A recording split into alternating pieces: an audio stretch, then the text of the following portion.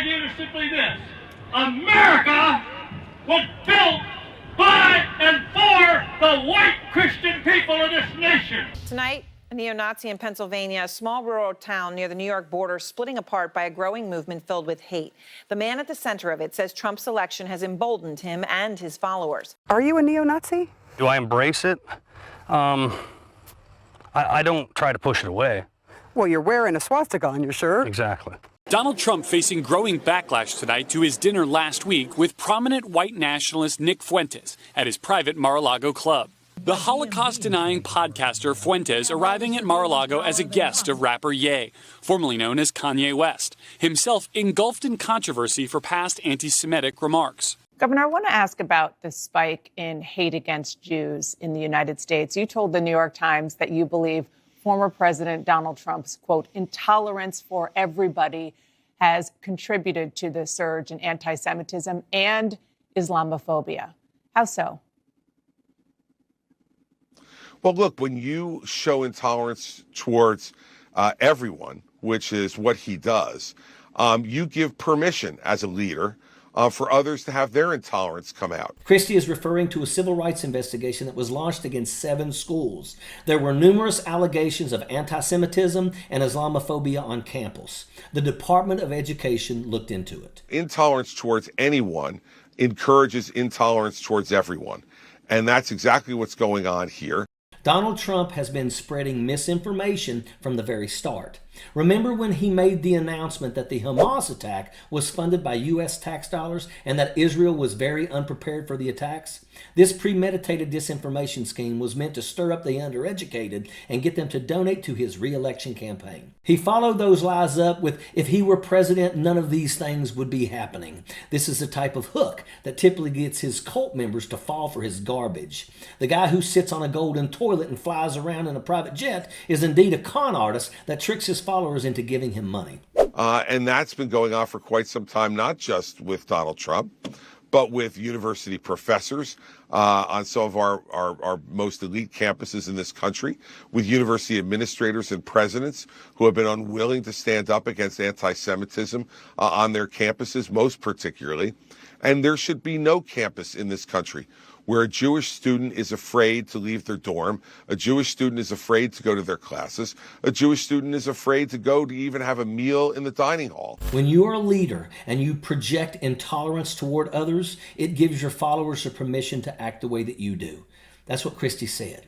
This is not a difficult argument to make. Christie acknowledged that there have been a lot of people who contributed to the rise in campus violence. Donald Trump's intolerant language and his intolerant conduct give others permission to act the same. That's what Christie asserted. But Christie also blamed universities who have been unwilling to stand up against anti-Semitism on their campuses. This point should be evaluated a little deeper to determine whose side Chris Christie is actually on. The 4 top directives that students want officials to take is to start with banning student groups that incite anti-Semitism from campus. Students want the enforcement of school rules equally for all groups. They want schools to use the definition of anti-Semitism that is from the International Holocaust Remembrance Alliance.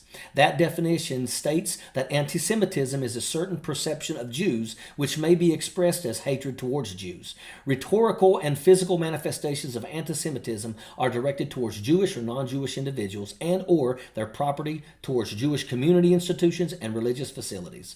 The 4th thing that students want is for university staff to be educated on that definition and demanding officials publicly declare their goal to combat anti-Semitism in all forms.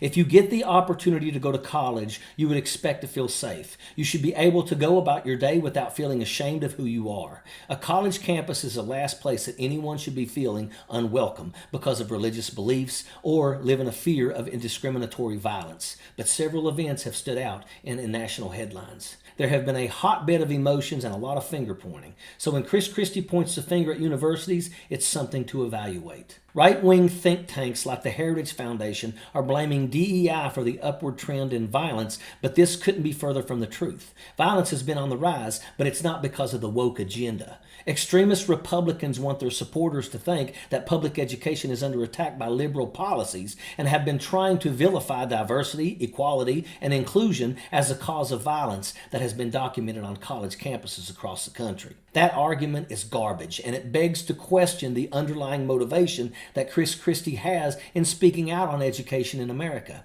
He's telling the truth about Donald Trump, but who is he standing up for when he calls out college administrators? Is Chris Christie committed to civil rights and diversity in education, or is he aligned with far-right jackaloons that want to blame DEI for recent attacks on college campuses?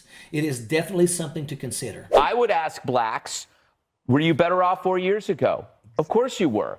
Which raises the question, was all the hyperbole over identity politics and white supremacy merely deception tools to convince blacks that the Dems were their only ally, that you couldn't trust the other party because they were racist? And it's the Republicans who will victimize you, not the Democrats, who tell you that you're constantly oppressed, so they keep you in their pocket. If I was advising Greg Gutfeld, and I'm not, and I never would be, but if I was, I would tell him he better not ask black people anything pertaining to how we find ourselves situated in these United States of America. It's one way to keep the racists at each other's throat, so you don't see how bad the libs have been treating you. He sits on Fox News, a station that has continually over and over and over showed us how much they hate black people. The lies they push out, the propaganda they support, it's absolutely anti-blackness. For him to sit there, actually, his statement was anti-black, and he was being facetious. No, we were not safer or better under Donald Trump. Do I need to remind him that it was Donald Trump, his favorite president, that said we descend from S-hole countries? According to a Democratic aide, the president was meeting with a bipartisan group of lawmakers Thursday at the White House when he asked about people from Haiti and Africa, saying, "Why do we want these people from all these S-hole countries here?" before suggesting the U.S. should have more people from places like Norway, whose prime minister he met Wednesday.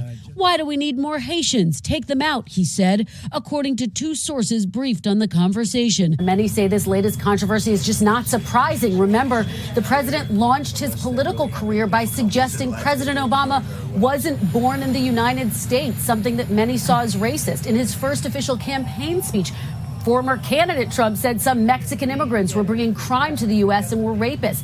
And just recently, in the wake of the white nationalist rallies in Charlottesville, the president seemed to equate the counter-protesters to the white nationalists, saying there were very fine people on both sides. This idea that we are dumb enough to be played. We don't vote for Democrats because we are being duped. We vote for Democrats because Republicans are racist. They have been since the two parties switched. Actually, the reason the parties are made up the way they are is because of a racial dynamics. Democrats sat black people at their national convention. Racist Republicans like Ronald Reagan, like Strom Thurmond, all left the Democratic Party to become Republicans. Republicans embraced the Southern strategy, which said we will use racism to correlate all of the white voters in the South to support Republican issues. Don't play with us. We're not stupid. We live through these stupid experiment called racism in America. Greg don't get to ask black people nothing. You don't get to ask us anything about our circumstance, because it's people like you that trivialize what we're dealing with and try to make points off of dumb polls that aren't based on facts. Don't play with black people, Greg. And if I ever get the chance to meet you, I'll allow you to ask me something. Probably won't like the response. I guarantee that.